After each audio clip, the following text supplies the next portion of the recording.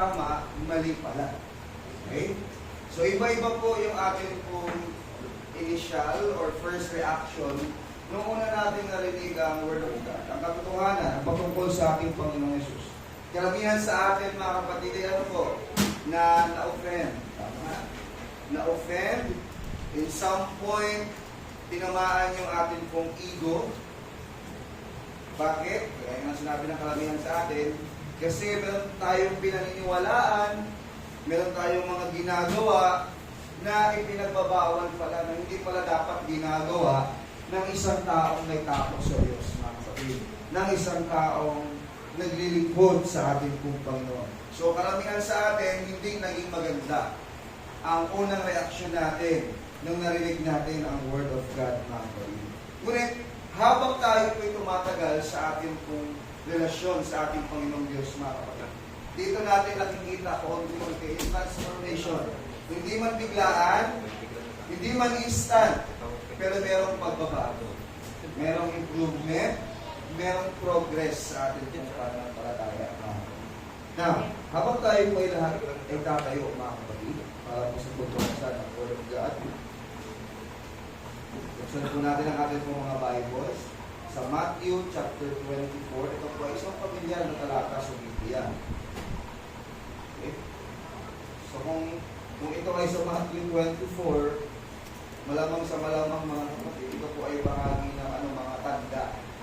Diba? Kasi Matthew 24, isa yung tugon ng Diyos nung tinanong siya ng mga disipulo kung ano ang tanda ng huling panahon, ano ang tanda ng pagbabalik. Diba? Okay, sabi po ng verse number 12, mga kapatid, sa King James Version, sabi dyan, "And because iniquity shall abound, the love of many shall wax cold." Okay? O sa ibang version, mga kapatid, "Sin will be rampant everywhere, and the love of many will grow cold." Okay? Sa isa pala, sa mga tanda ng huling panahon, na kanyang pagpabalik, ay ano po, mga kapatid, that sin or that iniquity will abound, sin will be rampant everywhere. Ano po mga ibig sabihin, mga kapatid? Ang kasalanan, paggawa ng hindi tama, mga kapatid, sa harapan ng Panginoon, ay nagiging isang normal na lang na gawain. Ito po ay nagiging katanggap-tanggap na. Dumadami na, lumalawak na ang kasalanan, ma. At kaya gano'n, dahilan sa gano'n, mga kapatid, sabi ng Bible, ang pag-ibig ng madami, hindi konti hindi few, tama? Sabi dyan, the love of many will wax cold, or in other version, will grow cold, manlalamig. Ganyan. Hindi po ng kakaunti, again, ng marami. Okay? Ay manlalamig, mga kapatid. Praise the Lord. Pagpalain ng Diyos ang pagbabasa ng kanyang salita. Tayo po ay manalangin. Lord God, bless your word, Lord. As we listen to it, encourage us, Lord, and strengthen us. Hallelujah. Maraming salamat po sa iyong salita, Lord. In Jesus' name. Amen. Praise God. Habang tayo po lahat ay hindi makakaupo. Mga kapatid. Isa po sa malinaw na tanda o sinyales, sabi ng Biblia, nung tinanong ang ating Panginoong Hesus ng tatlong bagay, mga kapatid. Okay? Tinanong po siya. Anong sabi ng mga disipulo ng ating Panginoon sa verse number 3, same chapter? "And as he sat upon the Mount of Olives," habang siya po nakaupo ang ating Panginoong Hesus, "and the disciples came unto him privately, saying, Tell us, when shall these things be? Kailan mangyayari ang mga bagay na ito? And what shall be the sign of thy coming? Ano ang tanda ng iyong pagbabalik? And of the end of the world, at tanda ng katapusan ng sanlibutan." So yun ang tanong ng mga disipulo. At isa sa tugon ng Panginoong Hesus, ito kapag malapit nang babalik ang Panginoon, malapit nang matapos ang mundo ang sanlibutan, ang sabi ng Bible, ang kasalanan ay mananagana.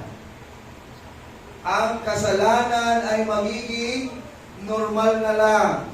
Ang paggawa ng mali ay naging katanggap-tanggap na. Kasama ko yun sa mga tanda. Kaya ang sabi ng Biblia, kaya ang pag-ibig ng marami ay manlalaki.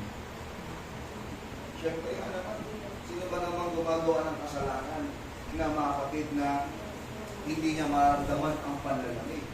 Okay? So malamang sa malamang, yun po ang mangyayari. Okay?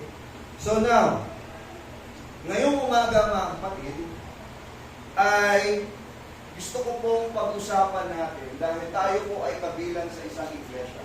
Well, tayo po ay kabilang sa iglesia pangkalahatan bilang katawan ni Kristo.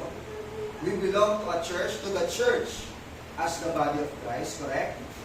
And we are also, tayo po ay belong din, bahagi ng isang local church or ng isang lokal na iglesia, mga kapatid.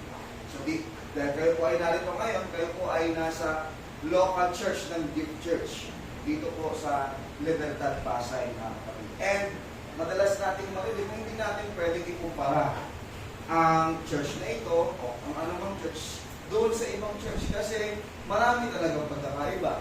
Marami talagang sabihin natin mga meron doon na wala dito, meron namang mga meron dito na wala naman doon, mga kapatid. Okay? But the thing is, kung nasaan tayo dumadalo, mga kapatid, maganda na i-appreciate natin, pasalamatan natin at the same time, unawain natin bakit sila may ganong klaseng pagtuturo, bakit sila mayroong ganong klaseng pinagtutupad, mga kapatid. At ito naman ay laging para sa ating mga.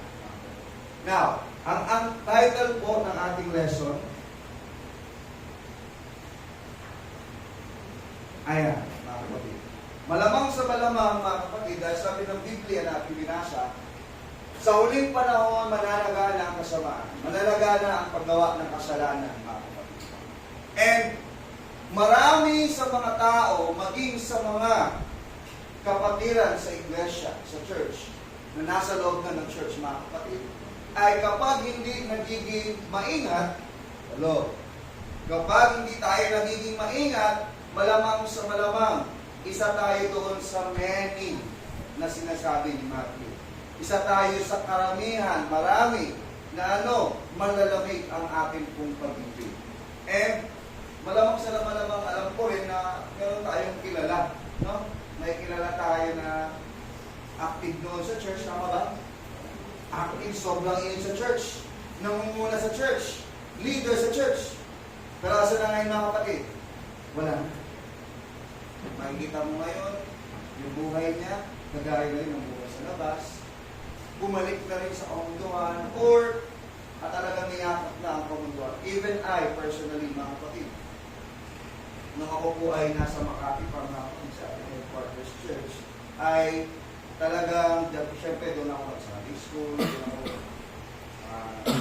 early years of my youth, mga kapatid, nandoon po ako sa PEC, mga kapatid, sa Makati. And meron akong unang-unang naging youth president. Actually, pangalawa na pala siya. Pangalawa na pala siya naging youth president na naging active ako sa church. Na sobrang active niya doon, mga kapatid. And isa talaga siya sa tinitingala ko ng youth president. Kasi singer siya, active siya sa church, nag-song lead siya, mga kapatid. Sa youth group namin, bilang youth president, sobrang nakikitaan mo ng mag-impress kayo, mga kapatid. Kasi yung design, yung burden niya, mga kapatid. But unfortunately, for whatever reason, hindi ko alam, ito pong yung president ko na ito, mga kapatid, ay unti-unti pong nawala sa pag-ibig ko. Okay? Nadagdagan pa yun nung siya po ay nag-abroad. Nung abroad siya, mga kapatid, mas lalo na siya, siya nag-nagpisa sa Facebook. Mas nakikita ko nagbabago na yung kanyang lifestyle, mga kapatid. Hanggang dumating sa punto na nagpapunto na siya ng kanyang buhok.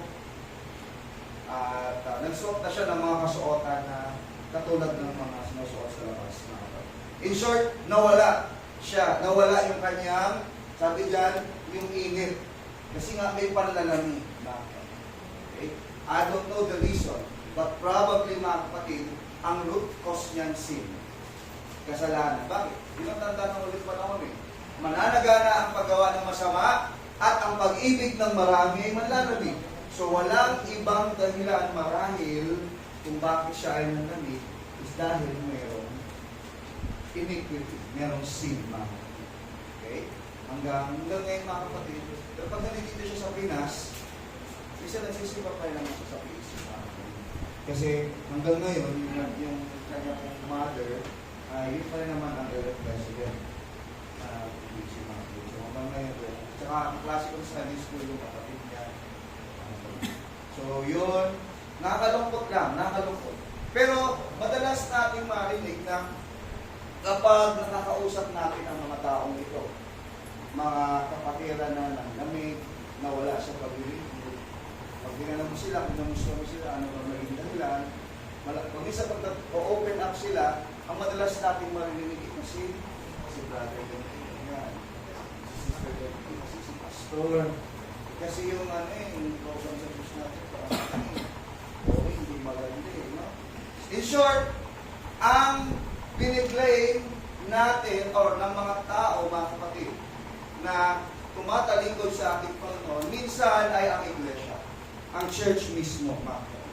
Ang church na kanilang dinadaluhan, ang church na kanilang kinabibilangan, ang church na tinuring nilang pamilya, yun marahil ang nagiging dahilan ng mga bagay na ito. Pero ang gusto kong sabihin sa atin at ang title ng ating lesson is, It wasn't the church. Take note of this. The title of our lesson, It was not the church. Hindi ang church, mga kapatid. Okay? At maunawaan natin kung bakit natin. Okay? Okay.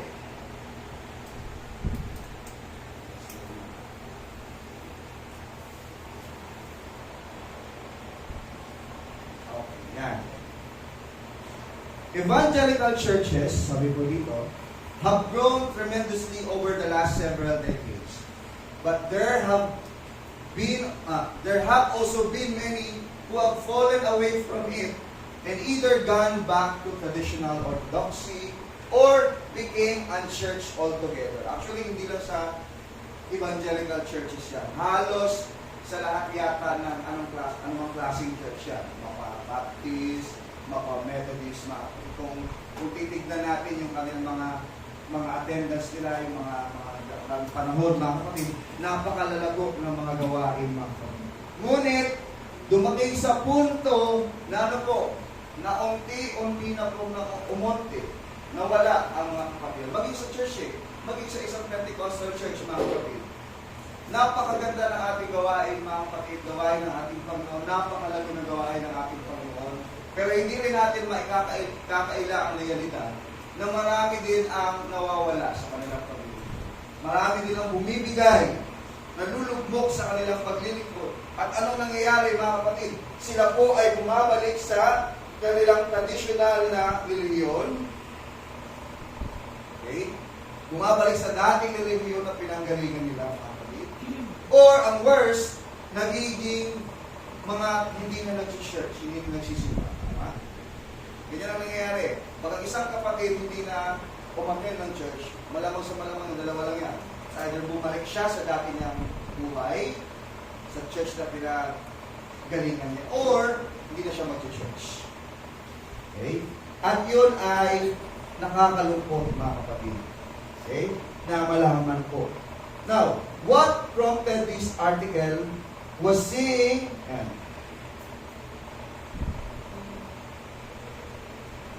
ano kaya ang naging dahilan na ito, mga kapatid? What prompted this article was seeing a meme mimicking the fear that churches once put in people about the rapture. Sabi ng ating lesson, mga kapatid, marahil kaya daw ang mga tao ay nagiging gano'n, mga hindi na nag-church, hindi na naniniwala sa mga spiritual na mga bagay, nagiging skeptical, nagiging atheist, mga kapatid, agnostics, mga kapatid. Dahil sa filosofiya natin paminsan-minsan, na ano yun? Fear, about fear. Ginagamit natin minsan yung philosophy of fear that churches once put in people first about the rapture. Anong point ito kapatid? Minsan, kaya nagsisimba ang mga kapatiran, kaya naglilingkod ang mga kapatiran, hindi dahil they really love God. Hindi they really appreciate God. But because they are afraid na maiwan sa rapture. Bakit? Kasi yun yung ipinagsasaksakan sa atin ng mga tagapagturo. Pag hindi ka naglingkod sa Panginoon, baka maiwan ka sa rapture. Totoo naman, mga kapatid. Okay? Now, I am not here to enter into a debate about it. Hindi natin dapat pagdibatihan yan. But, marami pang issue, mga kapatid. Hindi lang patungkol sa rapture. Okay, we have come to address a greater issue, the blaming of the church. Karamihan, biniblame ang church. Ang dahilan daw ng pagiging inactive, ang dahilan ng kanilang paglayo sa gawain o sa pagkalikod sa pananampalataya ay ang iglesia mismo. On why people have either lost their zeal or their faith. Ang pinakarason daw nila ay ang iglesia. Nakakalungkot yung mga kapatid. Tanungin mo yung mga direct church. Okay? It's either natisod sa isang kapatid. Kasi mo kasi, ganito kasi yung church niya. Okay? Ganito kasi. Karamihan dyan ay ang pinaka-biniblame ang church mismo. The church, mga kapatid. Again, when we say the church, mga kapatid, I'm not just pertaining to our local church. The church, they thought of this. These are the people. Correct? Ang church, mga tao ito. So, kasama tayo sa biniblame. Kasi ganito. Ngayon sabi siya, ganito, hindi mo ganito, ugali mo, tagal na nagsisipa, pero ganito, okay? So, nagiging dahilan ang church, mga kapatid, kung bakit po marami daw ang tumatalikod sa ating pong Panginoon. Ano pa? It was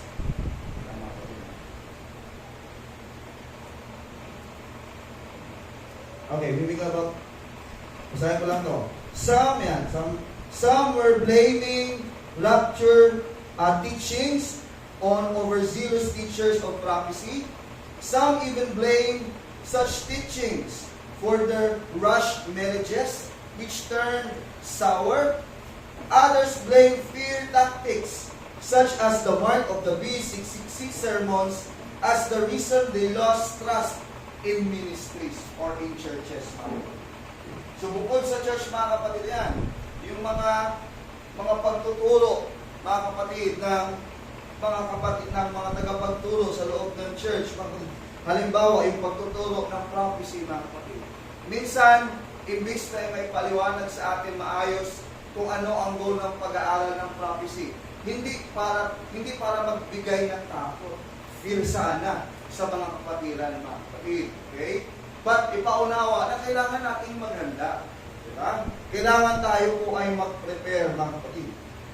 Minsan, biniblame din nila na pag nasisira ang marriage, hindi nag-work out ang marriage. Minsan ang biniblame church din.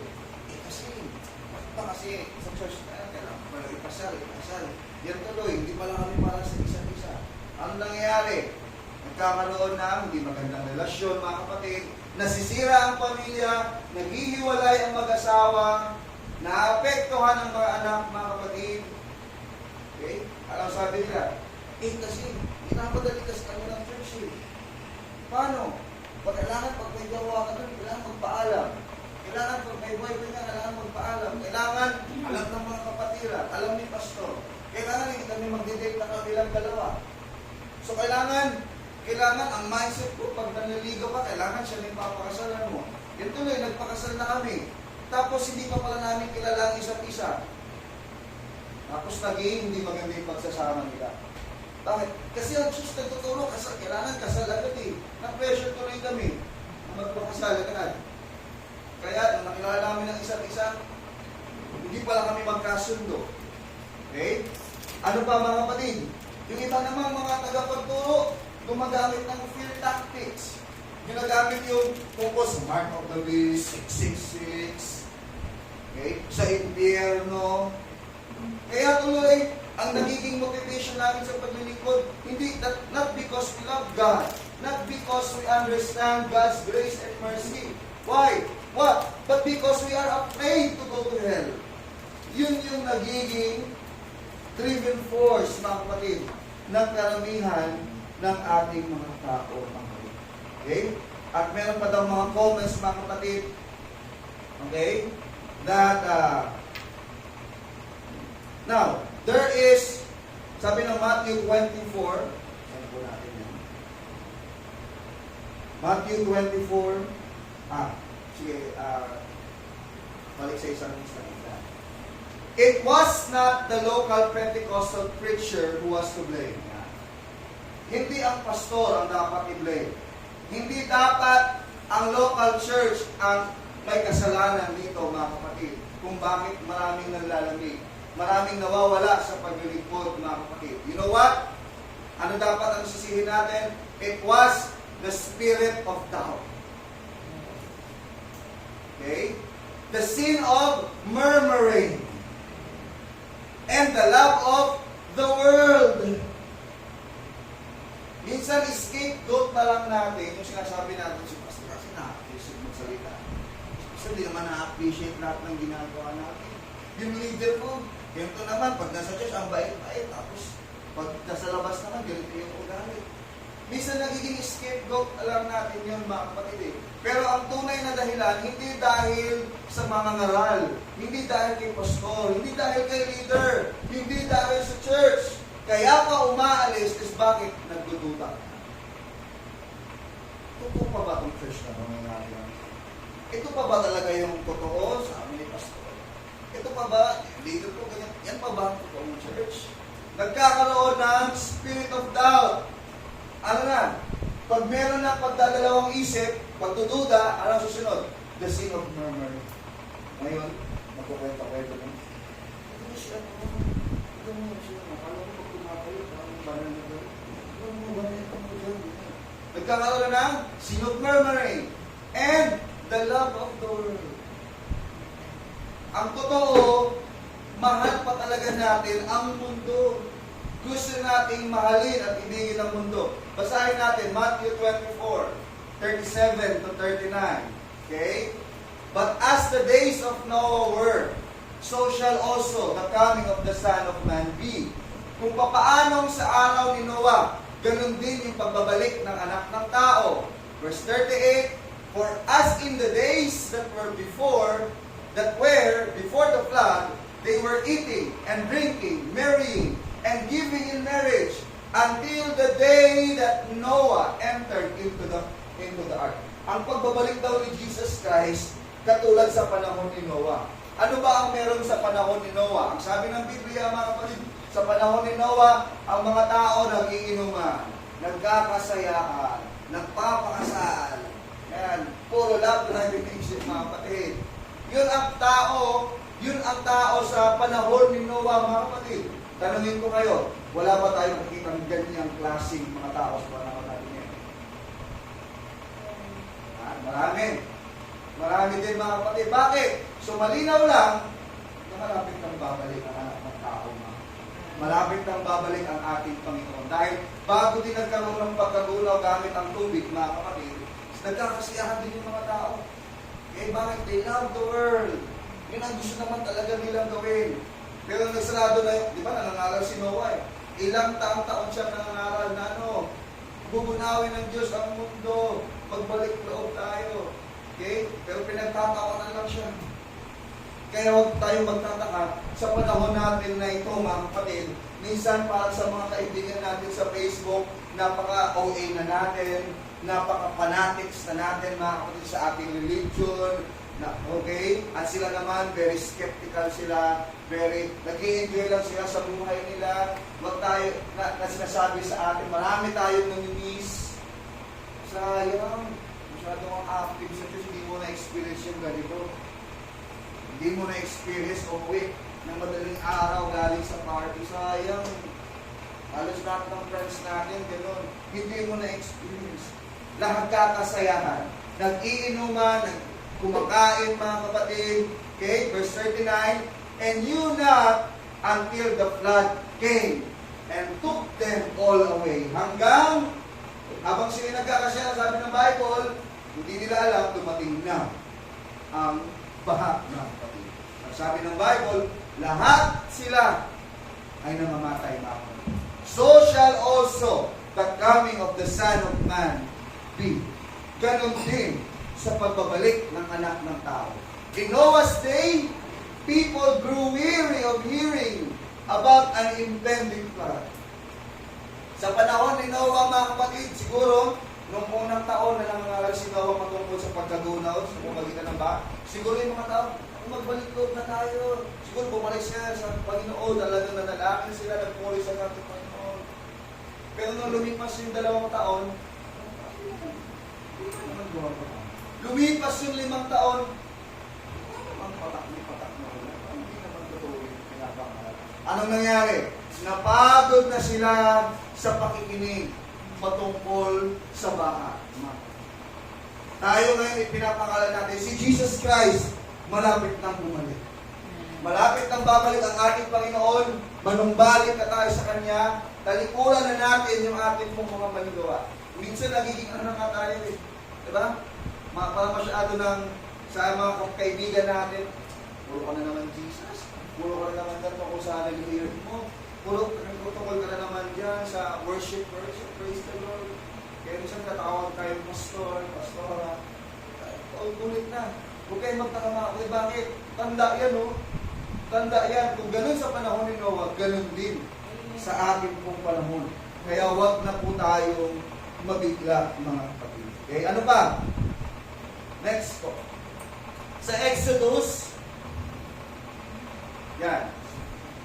Exodus 14:11, in Moses' day, people doubted a deliverance would come. Okay? Even when they saw it unfolding, they lost faith because of 40 misty days.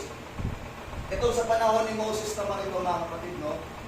Nung dumating si Moses sa Israel, pinangaral niya na manumbalin tayo, ililigtas tayo ng Panginoon, ilalabas niya tayo sa Ehipto, dadalhin niya tayo sa bansa, sa lugar kung saan nauumakaw ang honey at milk.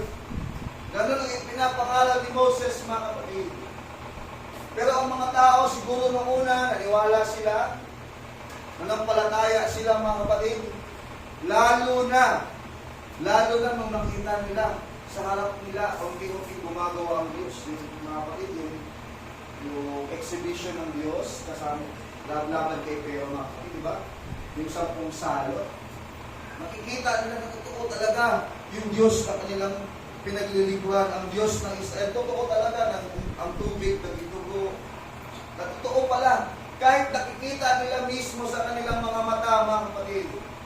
Naniwala sila noong una, kaya nga ilang 2.5 to 3 million Jews ang lumabas ng Egypt during that time. Lumabas sila, mga kapatid. So bakit maraming naniwala nanampalataya? Okay? Pero ang nangyari, nung nasa wilderness na sila, nasa ilang na sila, ano mga kapatid? Unti-unti na silang nagduda, nag-doubt. Teka, nung ayon sa kwento-kwento, nung pumunta yung ating mga magulang mula sa Israel o sa Kanaan papunta sa Egypto, saglit lang yun mga ilang panahon lang yun. Bakit ngayon, ilang taon na nandito pa, ikot-ikot lang tayo sa ilang, nagsimula na magduda, mga kapatid. And many more completely lost or lose their hope at the sight of a seemingly insurmountable ocean. Lalo na nung hinabol na sila ng mga sundalo ni Parao, mga kapatid. Wala na silang matakbuhan, bundok sa kabilaan, sa harap nila napakalawak na kalagatan, mga kapatid. Okay? At anong nangyari, mga kapatid? Nagduda sila na, Moses, dinala mo ba kami dito? Para dito na kami mamatay dahil wala nang paglilibingan sa Egypto. Nagduda na sila, mga kapatid.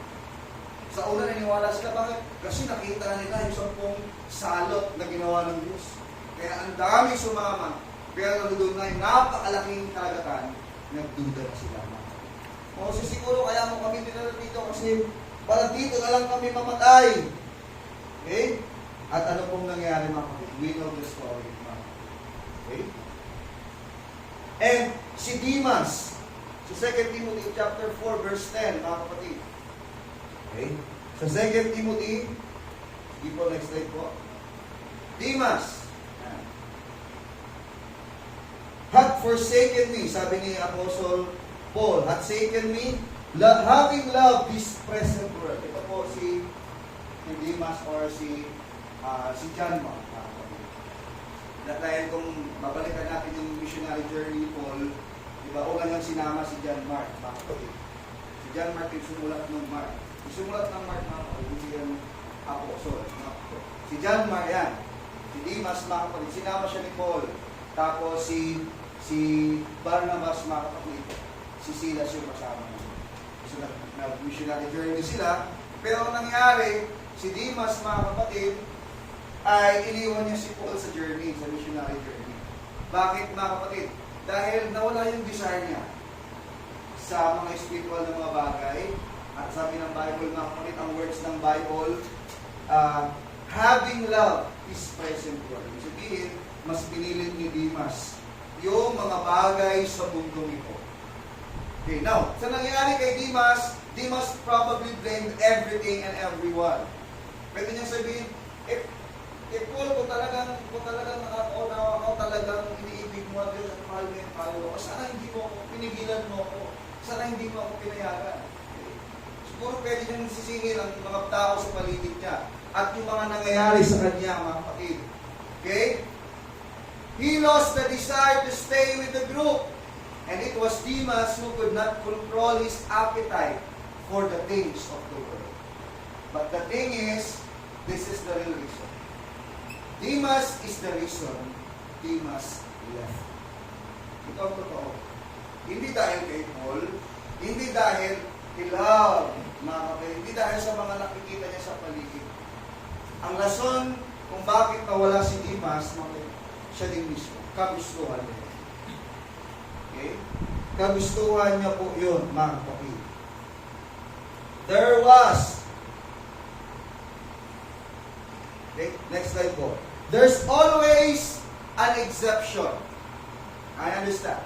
A church or a preacher can go off the deep end, but when I say it wasn't the church, take note of this. I mean, it wasn't your local church that came up with end-time prophecies. Take note of this. Maraming mga nanlalabig, maraming nawawala sa paglilingkod. Ang sinisisi ang church. Ang sinisisi ang isang kapatiran. Nanlalamig dahil kaysa may nakitang ganito, may hindi nagustuhan. Hindi nagustuhan yung pananalita, yung sinabi, may nagawang mali ang isang kapatiran, mga kapatid. Madalas na madalas, yun ang naririnig natin rason sa mga taong ito. But today, this lesson, mga kapatid, would imply that it wasn't the church.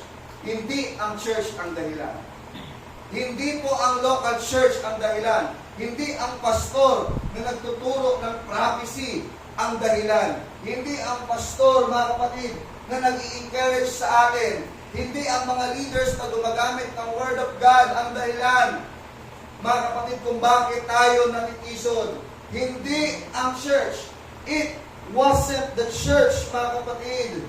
Hindi po ang church ang nagsabi, mga kapatid, na sa Matthew 24 verse 40, dalawang tao ang nasa field, ang isa ay kukunin at ang isa ay may iwan. Hindi po ang church ang nagtuturo, mga kapatid, ng rapture, mga kapatid.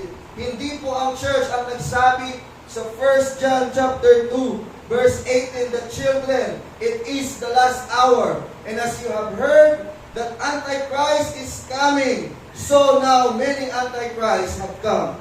Therefore, we know that it is the last hour. Hindi po ang church ang nagsabi na tayo po ay nasa huling panahon na.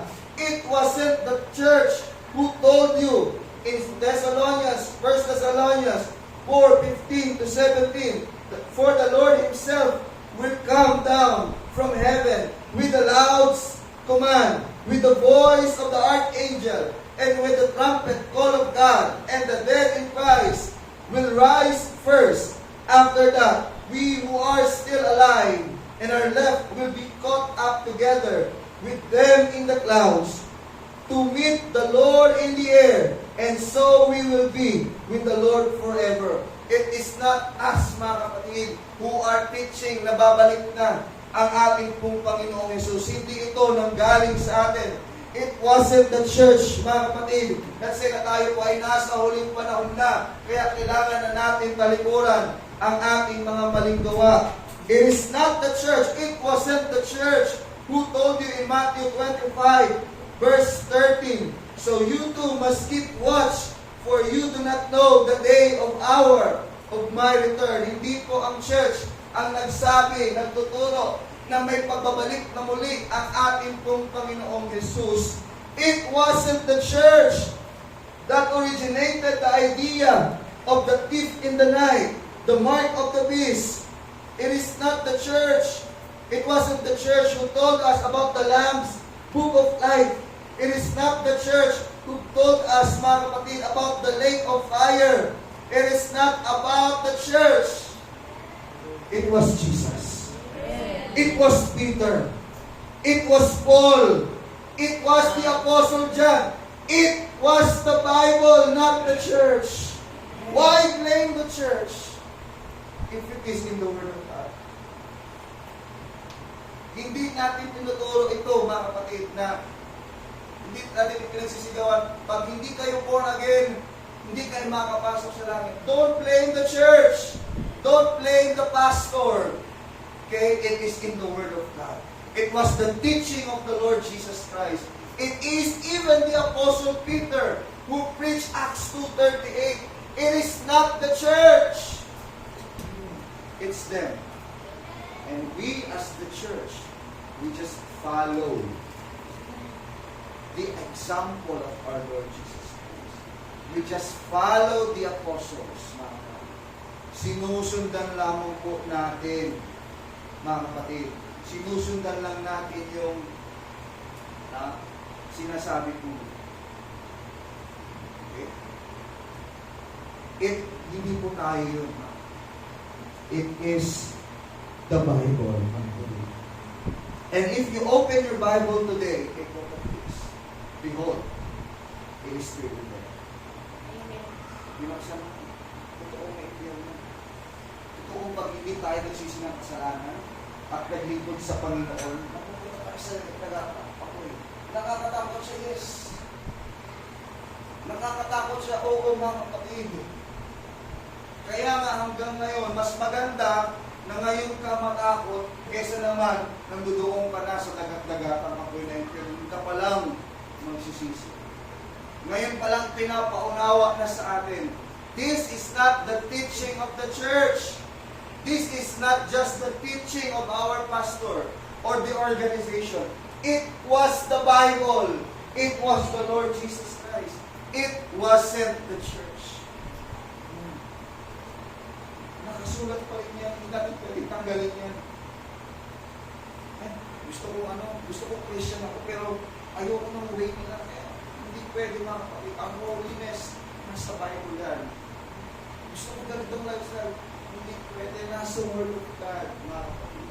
Perhaps, instead of poking at churches of the 20th century, we should ask ourselves, take note of this, why 21st century preaching concentrates so little on the end times?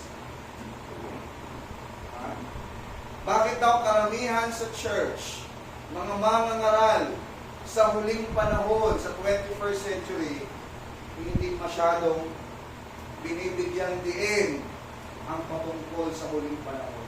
Akala ko ba pinaghahandaan natin yung huling panahon? Akala ko ba tayo ay nasa huling panahon na? Akala ko ba tayo po, mga kapatid, ay nag-aantay lang ng pagtunog ng trompeta? Alam nyo, kung ganun talaga yung mentality natin, kung ganun talaga yung iniisip natin na any moment mo na babalik na ang Panginoon, any moment makikita mo ngayon yung lindol sa Taiwan, yung mga nangyayaring gera, tigmaan, nakikita mo unti-unti na-unfold sa mata nyo. Alam niyo mga kapatid, kung alam lang natin na unawaan natin yung urgency na ito mga kapatid, baka yung worship natin, mas grabe pa sa binibigay natin every Sunday. Baka yung pagpupuri natin sa ating Panginoon, hindi tayo nakokontento na every dumadalo tayo ng gawain, nakatunganga lang tayo dyan mga kapatid, na uuwi na parang walang nangyari. Hindi ka makokontento. Pagkus gusto mo bawat gawain, mapupuspos ka. Gusto mo bawat gawain, magsasalita ka ng iba't ibang wika. Bakit? Because it's the end times. Nasa huling panahon na tayo mga kapatid. Hindi ko ito joke. Okay? Lahat na ng posibleng pagdadaya ang gagawin ngayon ng tao.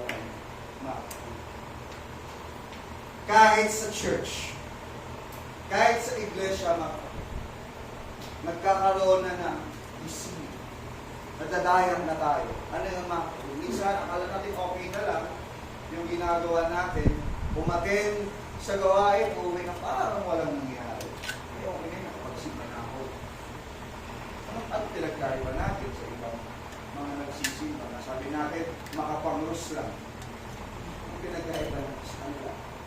Huwag natin hayaan mga kapatid na ang bawat gawain lumilipas. Ang dami nating mga gawain sa church, sa section, sa district, sa national. Ang dami niyan, pinapalipas mo lang. Mga kapatid, kung naiintindihan talaga natin na tayo ay nasa huling panahon, baka hindi kayo makontento na every Sunday lang kailangan may worship. Baka hindi tayo makontento na every Sunday lang tayo magtipon-tipon. Baka mas gugustuhin pa natin araw-araw, oras-oras, minuto, bawat sandali, masagawain tayo ng ating Panginoon. Katulad ng iglesia sa bubong ng Ismael. Kapag tayo lahat ay tatayo sa umaga nito. Last slide please.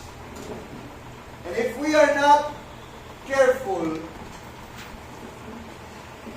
we will become the murmuring crowd. Kung ine-entertain natin yung spirit of doubt, ito mga kapatid, diba? We cannot blame anyone of what is happening to your faith. It is true. Kahit, alam niyo mga kapatid, kahit may mga nakikita tayong hindi perfect sa church na ito, mga flaws mga kapatid, we understand that, mga kapatid. Meron talaga mga pagkukulang, paminsan-minsan. Meron mga pagkakamali, mga kapatid. Pero kung yun yung dahilan, kung bakit ka man lalamig sa iyong pananampalataya, mga kapatid, you cannot blame the church. You cannot blame the brother, the sister. It was you. Why? Because the Spirit of God. Ako ako maniniwala dyan. Kay brother, sister, kay pastor, sa mga musician, ito nga yung buhay niya. Nagiging part na tayo ng murmuring crowd. Naalala niyo mga kapatid, habang tayo magkakapos. Nung sa panahon ni Moses, nung sila ay nasa wilderness, mga kapatid. Hindi din naging perfect na leader si Moses. Nung nasa wilderness siya. May nakita din yung mga tao, Moses, nagpirdo, bakit ka dito? Gutom kami, bakit ka rin kami pagkakataon? Mainit, Moses. May mga imperfections si Moses. Kaya nga nagalit siya, di ba? Nainis siya. Bakit yung mga tao, puro reklamo? Anong ginawa ni Moses? Imbis na kausapin lang niya yung bato, pinalo niya yung bato. Pero ang bato, naglabas pa yun ng tubig.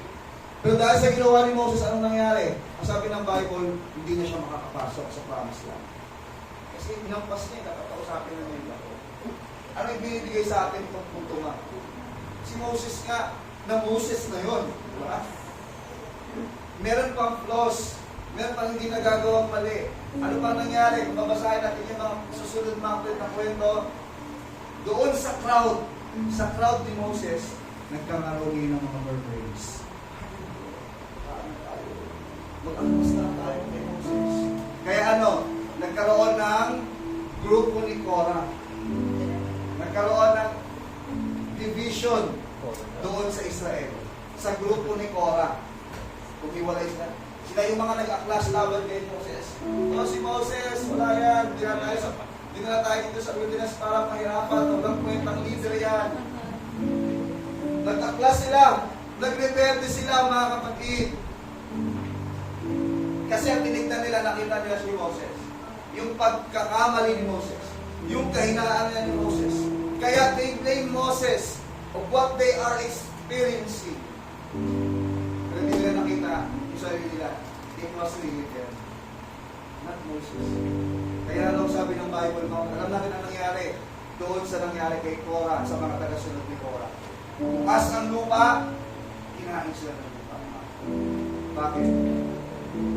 Kasi it is not the church. Naintindihan naman ng Diyos talaga na hindi talaga magiging perfect. The Lord would want us to be perfect.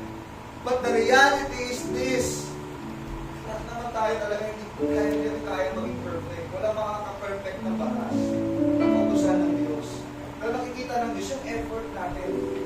Kung talagang ginagawa natin yung best natin sa paglilingkod sa ating Panginoon. Pero, let us not allow yung mga ganyang spirit of doubt, spirit of division. I-boycott namin si ano. Hindi mo nangyari. Kaya, mga kapatid, makakailin tayo ng lupa. The ones who lost faith, the one who fell back in love with the world. Again, it was not the church. Ang problema ay hindi ang church.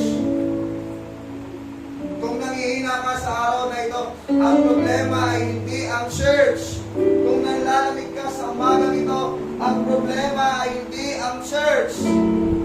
Kung naiinis ka kung kanino pa man, kinasusuklaman mo ang ano pa man, ang problema hindi sila. Ang problema tayo. At dahil tayo ang problema, we need to work out our sins. Kailangan natin pagtrabahuan ang ating pong sarili. Okay, so we clap our hands to God. Hallelujah. Tayo po, we are so grateful. Tayo po ay grateful na tayo po ay nasa isang iglesia na nagtuturo sa atin ang kung ano ang totoo sa salita ng Diyos. Tayo po ay nagpapasalamat na tayo po ay nasa iglesia na nagtuturo sa atin kung ano ang nakasulat sa Biblia at hindi lamang kung ano yung gusto natin marinig. It was not the church. It is the Word of God. It is the Bible. It is the Lord Jesus Christ. Palakpakan natin ang ating